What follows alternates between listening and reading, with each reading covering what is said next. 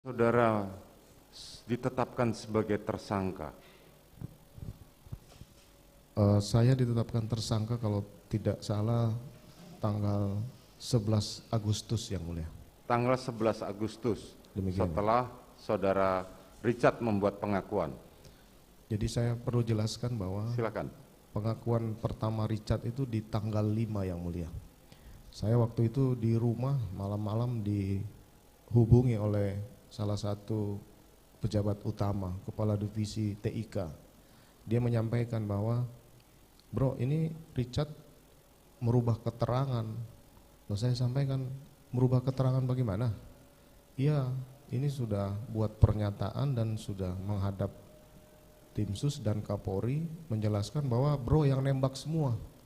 Waktu itu saya kaget yang mulia. Loh, kok bisa jadi berubah begitu? Saya bilang, saya tidak akan hadir sebelum berita acara pemeriksaan Richard ini diperlihatkan ke saya bilang. Karena saya tidak pernah merasa melakukan penembakan, apalagi 5 kali yang seperti yang disampaikan oleh Richard di keterangan awal. Nah, kemudian selesai berita acara pagi waktu itu, datanglah Irjen Slamet ini menjemput saya, menunjukkan berita acara. Saya bilang ya udah, oke, saya akan jawab keterangan ini, dan kalau dengan keterangan ini harus saya diproses, saya siap, saya bilang. Akhirnya kemudian saya menghadap ke pimpinan Polri, beliau juga menyampaikan ini gimana. Nah, kalau berdasarkan keterangan Richard ini yang menyampaikan bahwa senjata itu saya ambil di Saguling, kemudian di Duren 3 saya masuk, kemudian saya nembak 5 kali. Setelah bunyi suara tembakan, Richard turun, saya serahkan senjata Richard itu ke dia. Saya tidak pernah melakukan itu, Jenderal. Saya siap kalaupun saya harus jadi tersangka waktu itu. Akhirnya kemudian saya diperiksa oleh Irsus waktu itu. Kemudian dipatsuskan pada tanggal 6, 7 itu kemudian tidak ada pemeriksaan karena saya sudah diamankan di Makobrimob yang mulia dengan penempatan khusus dari Propam waktu itu karena belum ada pemeriksaan sebagai tersangka. Selanjutnya di tanggal 8 tim sus datang ke Makobrimob yang mulia. Nah, di situ mulai menyampaikan bahwa kamu ngaku aja bahwa peristiwa ini tidak sesuai yang sudah diceritakan karena Richard sudah ngomong, Romer juga sudah ngomong, kemudian kalau nggak salah Ricky juga waktu itu. Ya saya tetap bertahan waktu itu.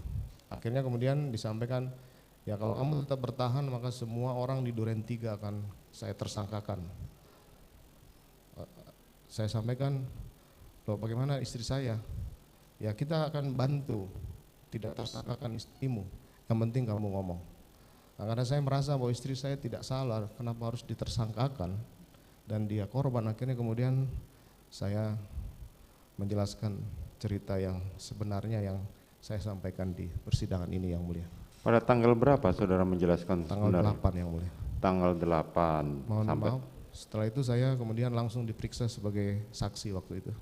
Sebagai saksi. Kemudian saya telepon istri saya untuk hadir juga waktu itu, menyampaikan, Ma kamu kesini ceritain aja kejadian sebenarnya mulai dari Magelang.